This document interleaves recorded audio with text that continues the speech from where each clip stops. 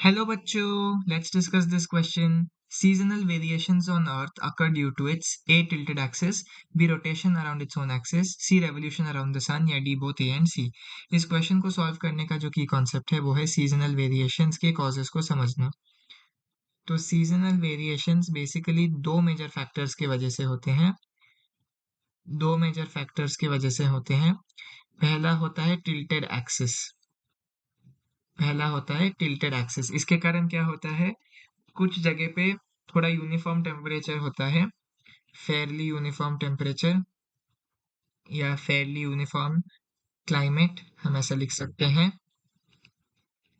और कुछ जगह पे क्या होता है, एक्सट्रीम क्लाइमेट्स होता है। जैसे कि अगर हम फेयरली यूनिफॉर्म या फेयरली एक्सट्रीम क्लाइमेट्स की बात करें, फेयरली यूनिफॉर्म क्लाइमेट आपको मेनली इक्वेटोरियल रीजन्स में दिखेगा, और फेयरली एक्सट्रीम क्लाइमेट्स मतलब बहुत गर्मी फिर बहुत ठंडी, स्नो वगैरह, ये सब आपको अपने टेम्परेट और टेम्परेट रीजन्स में दिखेगा।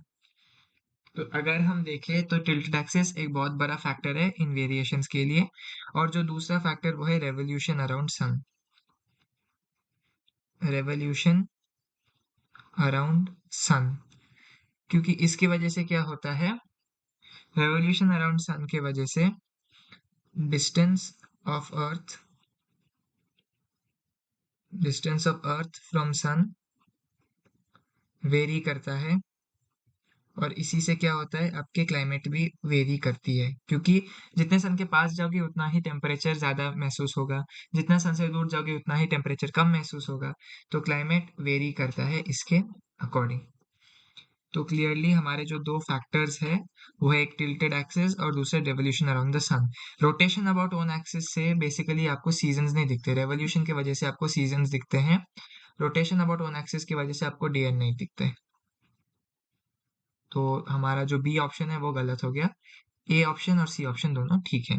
सो the correct option to this question is option D, both A and C. Hope you have understood it well. All the best.